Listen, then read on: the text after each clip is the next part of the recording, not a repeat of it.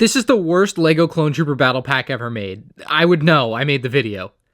Twice. The 75206 Jedi and Clone Troopers battle pack is loved by few, hated by many. It included 102 pieces and retailed for $15 upon its official release in April of 2018, which meant it adorned the Last Jedi box heading, but it also featured Jabba's palace in the background, and it was a set based on the Clone Wars or Episode 2. It doesn't make a lot of sense. Ki-Adi-Mundi, Barriss Offee, and 2 regular Episode 2 Clone Troopers were your figures, but this set almost looked drastically different. It originally, according to some leaked photos, included Ki-Adi-Mundi, and then everything else was different. Your 2 regular clones were actually Phase 2 clones, and your Barriss Offee, a Coleman Trevor. So this set was going to be drastically different. Now, those figures being different wouldn't have changed that this is a fundamentally flawed battle pack. There's no reason not to make cheap sets with Jedi, but why ruin a perfectly good battle pack with that? Just put a couple more clones in and find somewhere else for the Jedi to go in a cheap $10, $20, $30 set. The side of the box has that beautiful faded side box art, which is such an attractive look for the sides of these sets.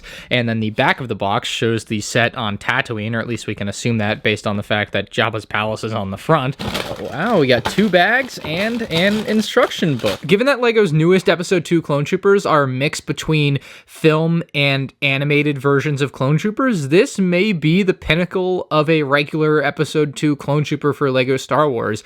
Now, while the new ones may be more visually appealing depending on who you are, this will probably forever be the most accurate as far as the markings go, because they have completely thrown that out of the window in the 2020s. This looks really sharp. I really love the look of this guy. I think that the stud shooter definitely takes away. It wasn't something I was ever in love with, but it's not something I ever hated. I thought they were fine. Like, I just took them off and replaced them with other weapons I had, but I definitely see why they look ugly. I mean, they don't look great in the character hands. And this set is only made better by including 2 of them. Now, of course, we'll get to why it's bad here in a moment, but 2 Clone Troopers is really nice for this particular set at $15. Barriss Offee is not a bad minifigure. The only downside I would say to her here is that she is completely devoid of any detail on the front of her legs there, just completely missing, absolutely nothing, and that's a bit of a shame, but she does have a nice soft cape, so you don't have to worry about it bending, and you'll actually see a bit of detail printed underneath her cape as well. I always love those soft, dark blue lines on this character, even when she was first introduced in the Swamp Speeder back around 2010. I thought that was a great detail on her. And then she has one angry face, and if we remove her hood and flip her around, you'll see she has a much more subdued, it still looks angry, but a much more subdued facial expression there. So really loving this figure. It just doesn't work for a battle pack. And the same can be said for Ki-Adi-Mundi. This is not a bad minifigure by any means. In fact, it's one of my favorite LEGO Jedi minifigures they've ever made, especially when they introduced Ki-Adi-Mundi back in 2011. I love that they added that whole extra bit on top for his second heart, and that is so that he has enough blood flow to, I think, keep him alive because he's got such a big brain or something like that. But anyway, this again is not a bad figure. Super highly detailed, nicely finished off. There's nothing bad to say about the figures as they exist. It's just the selection of figures in a set where LEGO is trying to get you to buy multiple to build your clone army, but in doing so, if you buy 10 of these, let's say, you end up with 10 Ki-Adi-Mundis and 10 Barriss Offees, and then you don't want that. Nobody wants that. That's not an appealing way to buy LEGO sets. So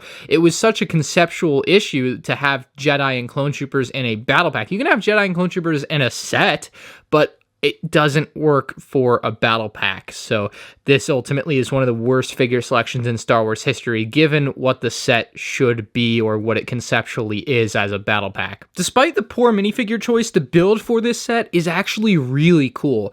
It mimics a Republic Gunship, so it's got the 2 wings on the side, and it's got like the long body in the middle with the cockpit at the front. Obviously, it's a much smaller version of something like that, but it definitely has the general shape, and I always loved that about it. I thought it was a very cool build. I almost feel like it would have been even cooler if they had made it some sort of small troop carrier, but this is just too small to be that. You do have weapons on either side of the, we'll just call it the gunship here, the mini gunship, so they can swivel actually around 360 degrees if you wanted to. I think that would be really fun for kids. Obviously, I like to just keep things straight, but looks very nice there. There's also some blue studs up under there, just a smidge of color, which I think is not a bad addition. And then at the front of the gunship, we have 2 stud shooters, which work by simply pushing down on the gray bit. I'm sure we've all seen stud shooters and how they work before. Those are now a thing of the past for LEGO Star Wars, or at least this particular version seems to be. The color scheme of this overall is, of course, similar to a gunship as well, with the red, the white, and the lime green. I think the lime green was the most important thing to have a touch of here, and it definitely shows off nicely on the front and sides of the ship. Now, there's a small area in the front where you can fit a pilot for your set. You can actually drop the cockpit down, and I really think you can fit the figure in here without having to move the cockpit, but it is nice that it's still optional to move it, and I think the fact that it's on the hinges here is more so just that the piece was designed like that anyway, and to have it at a slightly farther back angle, you need to have it on the hinges, so it ends up working out. You can see the clone trooper looks decently nice in there, but of course that leaves you with just one more clone trooper to fight the droids. But yeah, this is really cool looking with everything considered. The base of the set makes good use of inverted tiles so that you don't have to worry about anything snagging when moving it around on a flat surface or anything of the sort. And then if you really wanted to, you can move the wings all the way up like that. It looks ridiculous, but I'm sure some kid somewhere has gotten some enjoyment out of that. I truly believe this set is two boneheaded decisions away from being one of the worst LEGO Star Wars clone battle packs to being one of the best LEGO Star Wars clone battle packs.